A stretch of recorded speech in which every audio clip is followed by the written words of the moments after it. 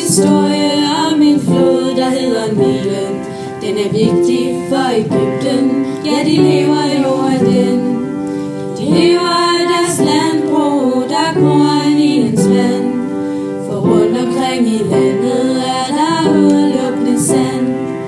I Etiopien vil man gerne bygge en dæmning til produktion af strøm og el til deres befolkning.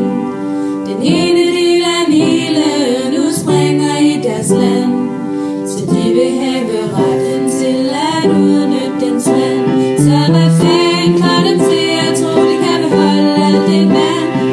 Egypten er parat til at beskytte alt, hvad de kan. Så slavetid og krig, så er de parat. Så Etiopien skal tænke om en dæmning nu er smart. Nilen ligger i nakken, derfor er der meget tørt.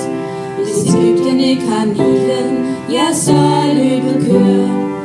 Egypten får med Nilen landbrug og transport, så uden Nilens vande ville livet være hårdt.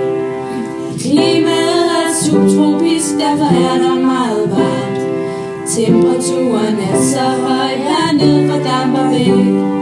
Til ingen planter skygger for ørkens varme stand. Vi får positiv feedback og danner agrobland. Så hvordan kan det dog være, at Etiopien kræver ret til at bygge en kæmpe dæmning? Det er jo helt banalt. Det er rigeligt med nedbør, deres land er grønt og real.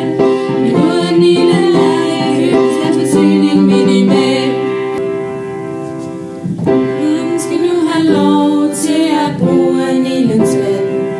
Egypten er parat til at beskytte alt, hvad de kan.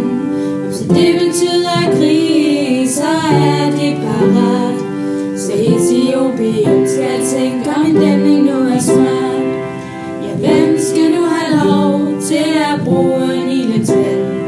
Etiopien vil gerne have strøm til deres Instagram. Det er kun 26% af